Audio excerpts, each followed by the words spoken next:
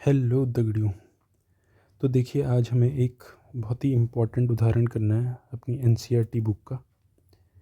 तो इस उदाहरण को करने से पहले हमें एक चीज़ समझनी है, और वो है हमारे पास एक समान विद्युत क्षेत्र।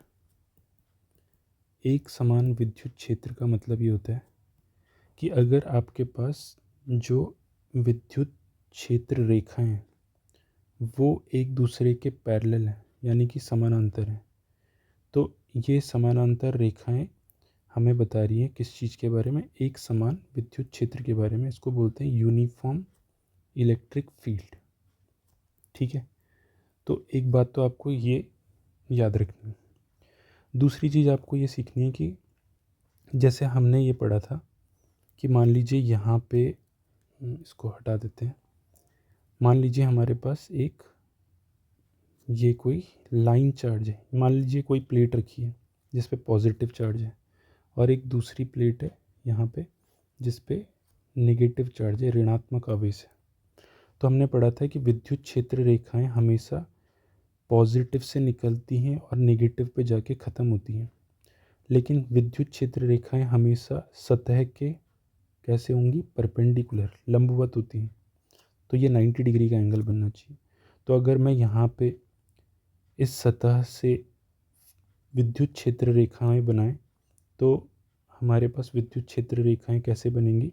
ये बनेंगी पैरेलल, यानी कि समानांतर। इसका मतलब ये किस चीज़ को डिनोट कर रहा है? एक समान विद्युत क्षेत्र को। दूसरी चीज़ आपको ये देखनी है यहाँ पे कि अगर मान लो मैं यहाँ पे किसी पॉजिटिव चार्ज को रखूँ प्लस क्यू को, तो प्लस क्यू चार्ज पे, धनात्मक आवेश पे जो फोर्स लगेगा, देखो ये भी पॉजिटिव है, ये पॉजिटिव प्लेट है, तो पॉजिटिव पॉजिटिव पे क्या करेगा? प्रतिकर्षण का बल लगाएगा। तो इस वाले केस में इस पे जो प्रतिकर्षण का बल लगेगा उसको हम डिनोट करेंगे F से। और इस F की वैल्यू क्या होगी?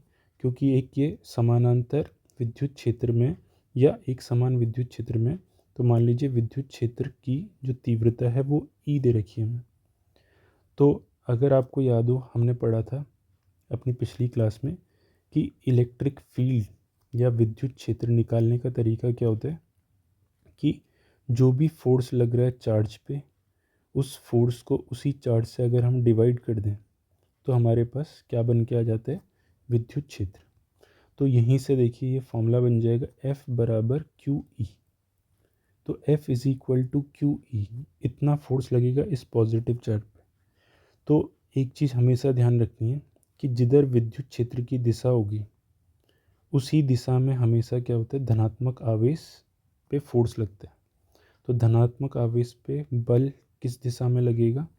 ये लगेगा हमेशा विद्युत क्षेत्र की दिशा में। मैं यहाँ पे लिख भी देता हूँ, धनात्मक आवेश पर बल कैसे लगेगा? ये लगेगा विद्युत क्षेत्र की दिशा में। ठीक है, और इसके विपरीत अगर हम ये बात करें, मान लीजिए यहाँ पे कोई नेगेटिव चार्ज है, तो देखो पॉजिटिव नेगेटिव को अपनी तरफ खींचेगा और ये नेगेटिव इस पे इस तरफ प्रतिकर्षण का बल लगाएगा, मतलब नेगेटिव चार्ज पे फोर्स लगेगा या बल लगेगा कौन सी दिशा में? इसके विपरीत दिशा में। लेकिन इसकी भी अगर आप वैल्यू निकालोगे तो यही आएगी, F बराबर क्यू ई। ठीक है, तो अगर ऋणात्मक आवेश की बात करें तो ऋणात्मक आवेश पर बल जो लगेगा वो विद्युत क्षेत्र की विपरीत दिशा में लगेगा, कि विपरीत दिशा में। ठीक है, तो ये दो पॉइंट आपको पता होने बहुत ज़रूरी है कि एक समान विद्युत क्षेत्र में धनात्मक आवेश किस दिशा में जाता है और ऋणात्मक आवेश किस दिशा में जाता है। ठीक है, और अगर मान लीजिए किसी भी चार्ज पे या आवेश पे कोई फोर्स लग रहा है, बल लग रहा है, बल लगने का मतलब उसके पास त्वरण भी आ जाएगा।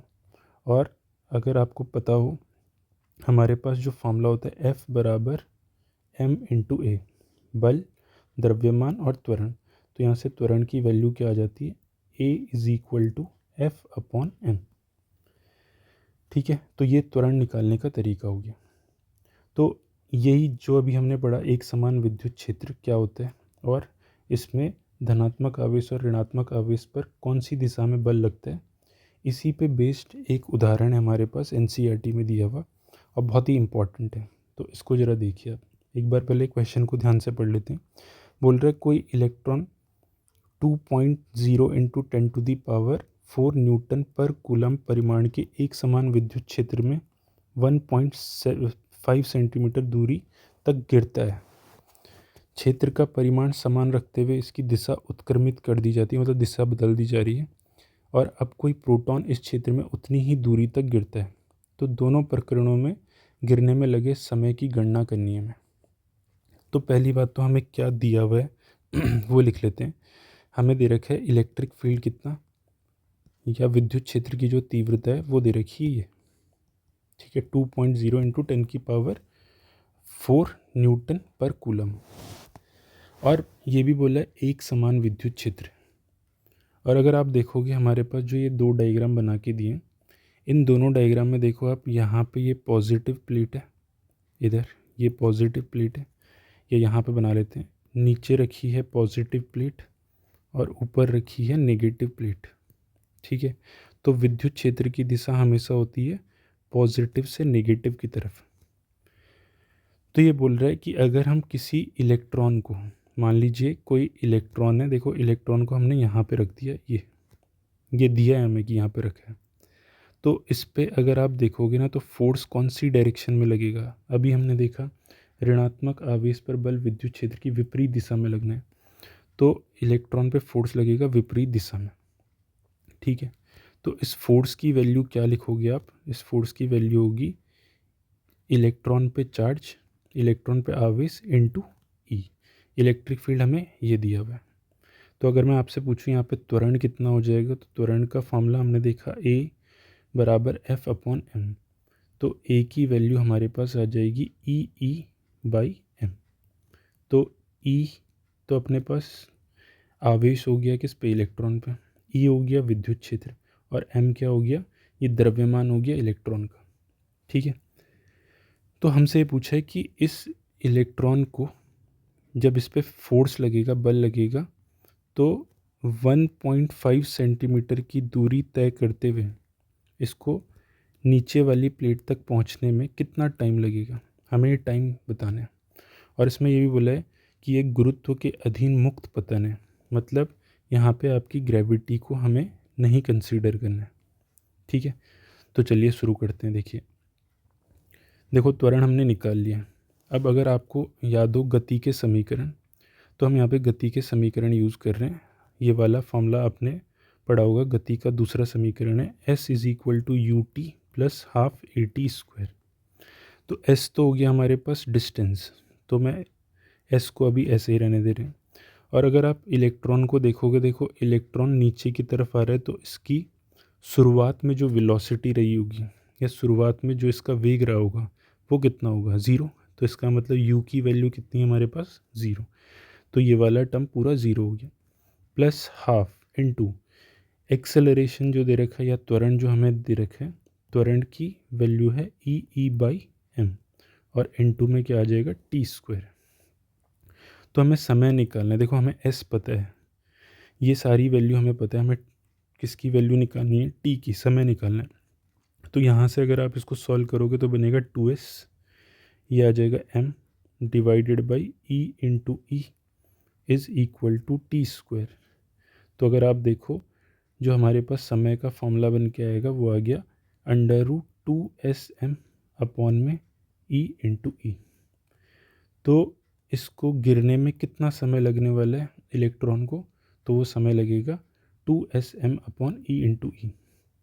अब आपको क्या करना है, हमें s की वैल्यू गिवन है, s दिया हुआ है 1.5 सेंटीमीटर, 1.5 इंटू 10⁻², ये s की वैल्यू रखोगे। इलेक्ट्रॉन को जो द्रव्यमान होता है वो होता है 9.1 इंटू 10⁻31 kg, ये वैल्यू आपको यहाँ रखनी है। इलेक्ट्रॉन पे जो चार्ज होता है वो होता है 1.6 इंटू 10⁻19 कूलम, ये भी अब हमें पता है। और E की वैल्यू भी हमें पता है 2.0 इंटू 10⁴ न्यूटन पर कूलम, ठीक है। तो इन वैल्यूज़ को आपको इस वाले रिलेशन में रखना है, और आपका क्या आ जाएगा, समय निकल के आ जाएगा। तो ये काम आपका है कि आप यहाँ से समय निकालोगे इन सारी वैल्यूज़ को रखने के बाद। ठीक है, तो मैं उम्मीद करता हूँ आपको ये समझ में आया होगा। लेकिन देखिए इसमें दूसरा केस भी दे रहे हैं कि अगर क्वेश्चन में लिखा था कि अब कोई प्रोटॉन इस क्षेत्र में उतनी ही दूरी तक गिरे, कब? जब आपने क्या कर दी, दिशा को उत्क्रमित कर दिया, दिशा पलट दी अभी। तो दिशा पलटने का मतलब ये किया यहाँ पे कि पहले जो पॉजिटिव प्लेट थी वो नीचे रखी थी, अभी पॉजिटिव प्लेट ऊपर है और नीचे आ गई आपकी नेगेटिव प्लेट। ठीक है, तो अभी इलेक्ट्रिक फील्ड का डायरेक्शन या विद्युत क्षेत्र का जो दिशा होगी वो ऐसे जाएगी नीचे की तरफ। और अगर आप यहाँ पे प्रोटॉन को रख दो, हमने इसे डिनोट कर दिया ई प्लस से, तो प्रोटॉन जो होगा क्योंकि वो पॉजिटिव चार्ज है, धनात्मक आवेश है, तो वो इलेक्ट्रिक फील्ड की या विद्युत क्षेत्र की दिशा में ही गिरेगा। और किस फोर्स से गिरेगा? F बराबर E इंटू ई। अब देखो इसको E इसलिए लिख रहे हैं क्योंकि अगर आप प्रोटॉन पे आवेश देखोगे तो प्रोटॉन पे आवेश सेम ही होता है 1.6 इंटू 10⁻⁻19 कूलम, इसलिए हम इसको E प्लस से डिनोट कर रहे हैं यहाँ पे। ठीक है, तो इसमें भी बोला है कि यहाँ से यहाँ तक का जो डिस्टेंस है वही 1.5 सेंटीमीटर है। तो इसके लिए बताओ आप अगर त्वरण निकालते हो, क्या त्वरण की वैल्यू यही आएगी E/m? ये वापस से त्वरण वही आ रहा है हमारे पास। और अगर आप यहाँ पे भी गति का समीकरण लगाते हो S is equal to U T plus half A T square, तो S बराबर u की वैल्यू यहाँ पे भी ज़ीरो, उसकी शुरुआती वेलोसिटी ज़ीरो है, प्लस हाफ इंटू यहाँ रखोगे E/m इंटू टी स्क्वायर। तो अगर आप यहाँ से भी सॉल्व करते हो टी का फॉर्मूला यही आएगा, क्या? √2sm/e इंटू ई।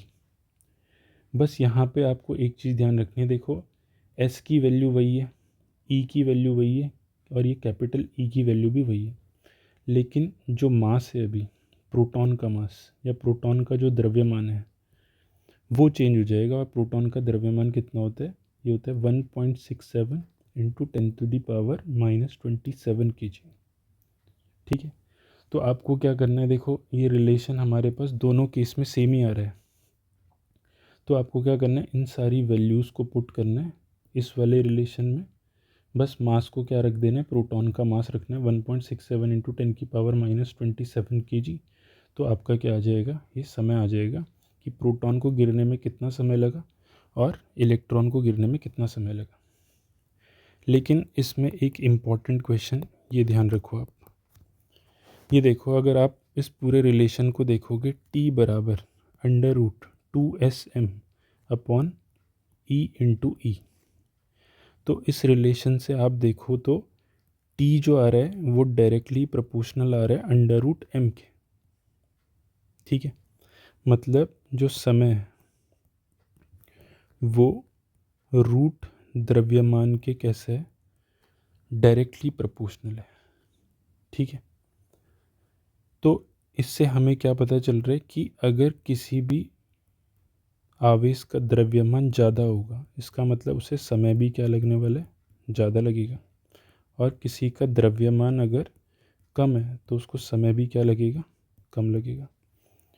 तो अगर आप ये देखो कि किसका द्रव्यमान ज़्यादा है, अगर मैं देखूं इलेक्ट्रॉन का द्रव्यमान, अगर आप देख रहे हो तो इलेक्ट्रॉन का अगर आप द्रव्यमान देखोगे तो ये 9.1 इंटू 10⁻31 kg। और प्रोटॉन का द्रव्यमान देखोगे तो प्रोटॉन का द्रव्यमान होता है 1.67 इंटू 10⁻⁻27 kg। तो आपको दिख रहा है यहाँ पे कि जो द्रव्यमान है इलेक्ट्रॉन का और जो द्रव्यमान है प्रोटॉन का, इन दोनों में द्रव्यमान ज़्यादा किसका है, वो प्रोटॉन का द्रव्यमान ज़्यादा है। मास ऑफ प्रोटॉन ग्रेटर है किससे, मास ऑफ इलेक्ट्रॉन से। तो अगर इसका मास ज़्यादा है, प्रोटॉन का मास क्योंकि इससे ज़्यादा आ रहा है, इलेक्ट्रॉन का मास इससे कम है, तो इसका मतलब जो समय लगेगा प्रोटॉन को वो ज़्यादा लगेगा किससे, इलेक्ट्रॉन के समय से। मतलब इलेक्ट्रॉन को नीचे गिरने में जो समय लगने वाला है वो कम लगेगा और प्रोटॉन को जो समय लगने वाला है वो ज़्यादा लगेगा। ठीक है, तो मैं उम्मीद करता हूँ आपको ये क्वेश्चन पूरी तरीके से समझ में आया होगा ये बहुत ही इम्पोर्टेंट क्वेश्चन है, आपकी एनसीईआरटी बुक का उदाहरण है, तो इसको आप अच्छे से तैयार कर लीजिएगा। ठीक है, चलिए।